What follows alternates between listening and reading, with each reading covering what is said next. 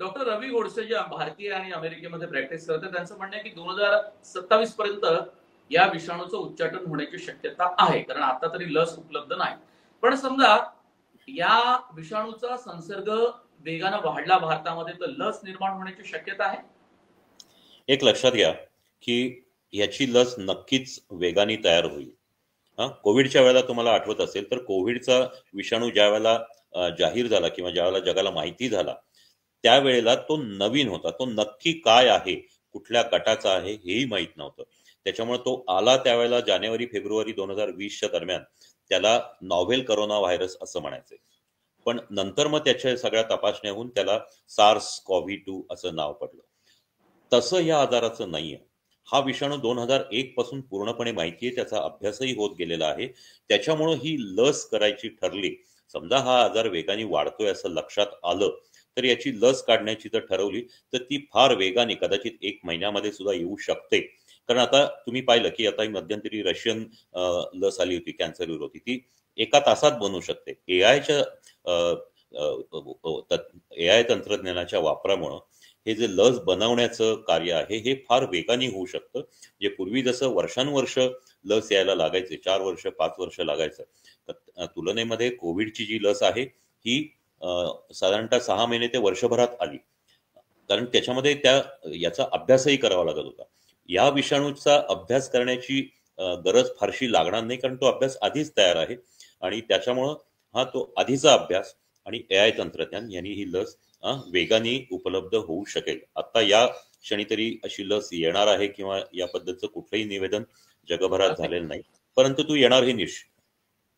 खूप भीती पसरवली गेली की याची चर्चा जास्त होते, कारण गेल्या या 4 दिवसांमध्ये या ह्युमन मेटा न्यूमो व्हायरसचा संसर्ग भारतामध्ये वेगानं वाढेल, कारण तो चीनमध्ये वाढला आणि त्याला कोरोनाशी जोडला गेला. त्यामुळे जगभरामध्ये केवळ चीनमध्येच त्याचे रुग्ण आढळत आहेत की भारतामध्ये 3 रुग्णांना त्याची लागण झाली आहे, की इतर देशांमध्ये सुद्धा हीच परिस्थिती आहे चीनसारखी? अनेक देशांमध्ये ते सतर्क आहेत. मलेशियामध्ये काही रुग्ण सापडल्याची नोंद आहे आणि ते यापुढे सापडतच जातील, कारण आंतरराष्ट्रीय प्रवास आणि याच्यामुळे हे आजार निश्चितच पसरत जातात. पण एक मुख्य लक्षात घ्यायला पाहिजे की ही साथ जी आहे ही जगव्यापी साथ, म्हणजे ज्याला महामारी म्हणतात, अशी होण्याची शक्यता कमी आहे. कारण याचा जो वाढीचा वेग आहे हा कोरोना इतका वेगाने नाहीये आणि याचं जे मृत्यूदर आहे तोही कोरोना इतका वेगाने नाहीये. आणि सर्वात महत्वाचं म्हणजे अर्थात जागतिक आरोग्य संघटनेने असं कुठेही जाहीर केलेलं नाहीये की ही साथ पसरतीये.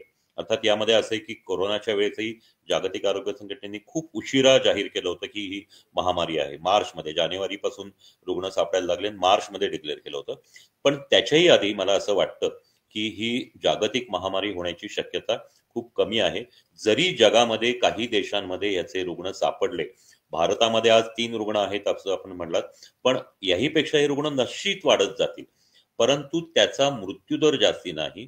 त्याच्यामुळं रुग्ण जास्ती आजारी पडत नाहीत किंवा ऑक्सिजन फारसा त्याला लागत नाही आणि आपोआप तो एक 10 दिवसात तो विषाणू शरीरात जातो, त्याचं तो काम करतो, आपल्या शरीराचं नुकसान करतो आणि त्याचा तो बाहेर पडतो. त्यामुळं 10 दिवसाचा हा पिरियड कुठल्याही विषाणूच्या बाधित व्यक्तीमध्ये असतो.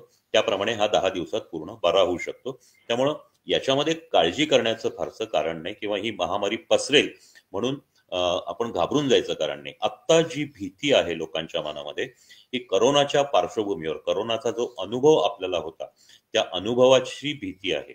तसंच पुन्हा होईल का ही भीती आहे. तर ही भीती बाळगण्याचं कारण नाही.